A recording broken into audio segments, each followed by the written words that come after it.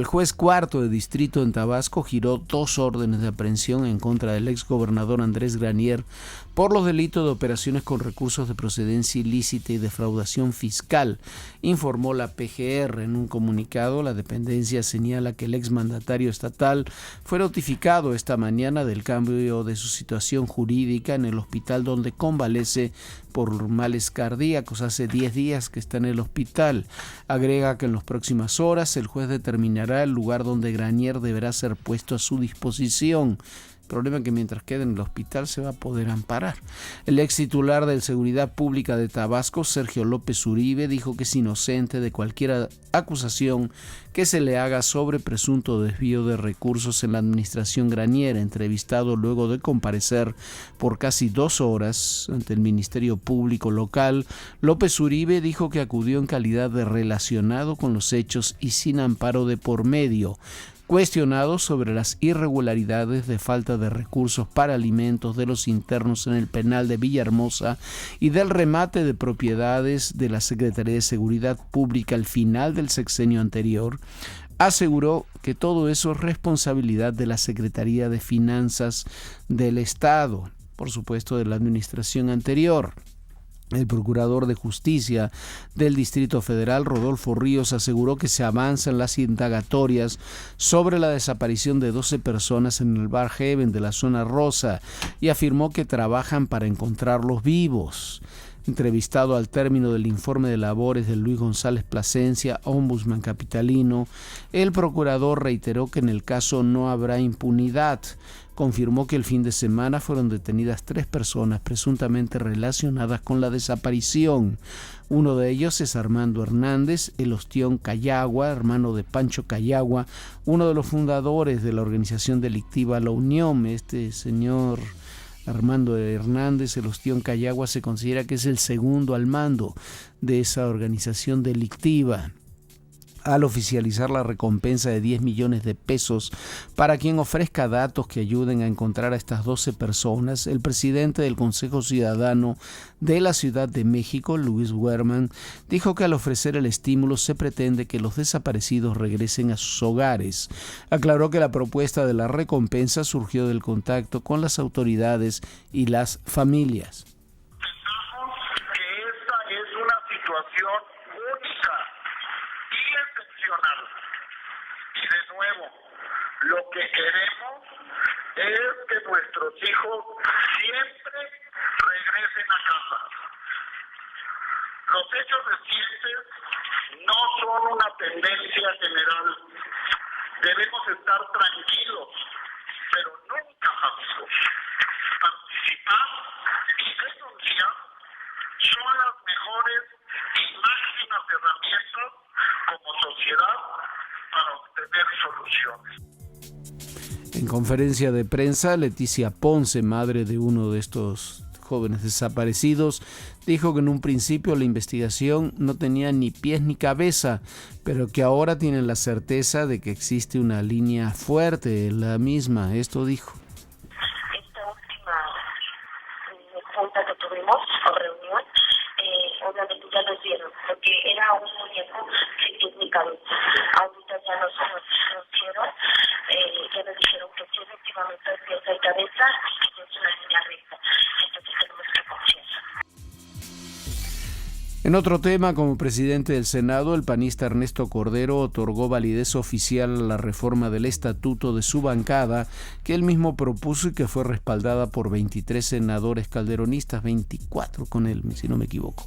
Con esas modificaciones, el grupo de senadores acota el poder de su coordinador, Jorge Luis Preciado, y de su dirigente nacional, Gustavo Madero, principalmente sobre las finanzas y la toma de decisiones en el grupo parlamentario. El dirigente nacional del PAN, Gustavo Madero, confirmó que el próximo 10 de julio analizarán el tema del conflicto dentro de la bancada en el Senado y el 11 de ese mismo mes convocará una reunión del Comité Ejecutivo Nacional. Dijo que de cara a las elecciones en 14 estados del país, lo importante es mantener la unidad, por lo que ratificó el pacto de silencio que mantienen por el reparto de 430,000 pesos, mucho más que eso, en realidad es el manejo de las finanzas del grupo parlamentario. A fin de evitar condicionamientos en la aplicación del Pacto por México, el coordinador de los diputados del PRI, Manlio Fabio Beltrones, propuso la institucionalización del acuerdo mediante una reforma política. En un comunicado, Beltrones destacó que por su naturaleza el pacto ha demostrado su utilidad para el país al destrabar temas atorados por décadas, por lo que no puede estar sujeto o al capricho o estado de ánimo de algún partido o dirigente. Hablando de dirigentes, el dirigente nacional del PRD, Jesús Zambrano, aseguró que su partido no saldrá del Pacto por México y discutirá al interior del Consejo Rector la reforma en materia energética, luego de que el secretario general perredista Alejandro Sánchez advirtiera que quien avala una reforma privatizadora se convertiría en un traidor al PRD.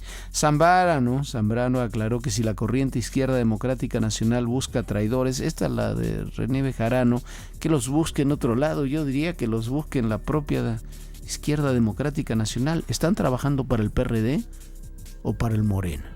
El exalcalde de Cancún, Quintana Roo, Greg Sánchez, anunció su decisión de renunciar al PRD, partido que lo postuló en su momento a la alcaldía de esa ciudad y que después, en una negociación política, ahí logró sacarlo de la cárcel cuando Greg Sánchez estaba acusado de sus relaciones y de buena parte de su gobierno ahí en el municipio de Benito Juárez, donde se encuentra Cancún, con el narcotráfico. Ahora Greg Sánchez dice que luego de lamentar el mal uso de su nombre en el actual proceso electoral, es candidato, renuncia al PRD, pero él es candidato del PT, convocó a los perredistas a unirse en lo que llamó la verdadera izquierda. El presidente Peña Nieto anunció que este año se invertirán 9,000 millones de pesos en apoyo a 300,000 emprendedores y 180,000 microempresarios, pequeños y medianos empresarios a través del Instituto Nacional del Emprendedor. Dentro de este recurso dedicado a este propósito, al menos hay 3 vertientes que quiero aquí compartirles. 600 millones de pesos para incentivar la creación de fondos de capital emprendedor. 1,000 millones para impulsar proyectos estratégicos en las entidades federativas, y por eso estamos trabajando ya con los gobiernos estatales y con los secretarios de Desarrollo Económico, precisamente para generar esta sinergia y que sepa que con recursos estatales y con recursos del Instituto Nacional del Emprendedor se pueden impulsar proyectos productivos. Así como en 2.900 millones de pesos en garantías, que permitirá inducir 74,000 millones de pesos en crédito para atender, así lo estimamos, a 100,000 micro, pequeñas y medianas empresas. Al encabezar en Los Pinos el acto Emprender e Innovar, impulso al financiamiento y acceso al capital, el presidente detalló que otro objetivo será desarrollar capacidades gerenciales, pues en la actualidad el 79% de los problemas de las pymes tienen su origen en la falta de capacitación y experiencia de sus directivos, un tema que aquí en el espacio que tenemos con los amigos de KPMG hemos platicado en muchas oportunidades. La Secretaría de Comunicaciones y Transportes y la COFETEL definieron que a partir del próximo 9 de julio reiniciarán en Tijuana, en Baja California, en las distintas ciudades de Baja California, donde esto es necesario, la instalación de decodificadores en los hogares, con lo que podrán recibir las señales de la televisión digital. En un comunicado conjunto señalan que el módulo instalado en Tijuana para atender a las familias de escasos recursos que no tienen televisor habilitado para recibir la señal digital operará hasta el próximo 10 de agosto. En mayo pasado subió la tasa de desempleo en el país, se ubicó en 4.94%, un 0.11% superior al registrado en igual mes del 2012. En tanto, la tasa de informalidad laboral se ubicó, escuche usted, en el 59.7% de la población ocupada, una ligera disminución de 0.5% respecto al 60.2% del mismo periodo del año anterior. Ese es uno de los graves problemas. En las imágenes internacionales, el Senado de los Estados Unidos aprobó hace unos momentos la enmienda republicana de la reforma migratoria para reforzar la seguridad fronteriza, duplicando a 40,000 el número de agentes federales, incluyendo la construcción de un muro en 1,126 kilómetros y el uso de equipos de alta tecnología. Con esta medida, a pesar de esta medida de seguridad, los indocumentados que viven en la Unión Americana recibirán un permiso temporal, pero tendrán que esperar al menos 10 años para obtener su residencia permanente, mientras que las autoridades certifican la seguridad fronteriza.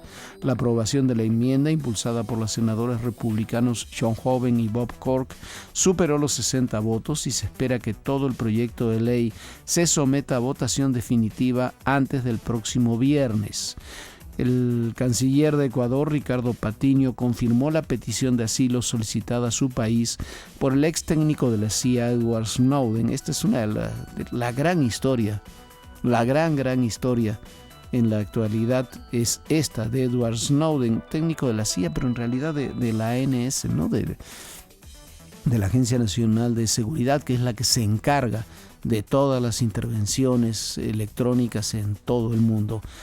Está acusado Edward Snowden de revelar programas de espionaje secretos. A través de una carta, Snowden solicitó el asilo al presidente de Ecuador, Rafael Correa, luego de abandonar Hong Kong rumbo a Rusia, luego de que el gobierno de Estados Unidos pidió su extradición a Hong Kong para que responda por los cargos de espionaje y robo de propiedad federal. Y hoy se presumía que Snowden iba a volar de Moscú, donde está, se supone también actualmente, rumbo a La Habana, para volar de La Habana a Ecuador, pero por lo pronto en el avión que salió, el de Aeroflot, que salió de Moscú hacia La Habana no voló el señor Snowden. Y el presidente sudafricano Jacob Zuma informó que el Premio Nobel de la Paz, y mucho más que eso, un hombre que es uno de los grandes paradigmas, uno de los grandes personajes del siglo XX, Nelson Mandela, continúa en estado crítico. Está a punto de morir el señor Nelson Mandela.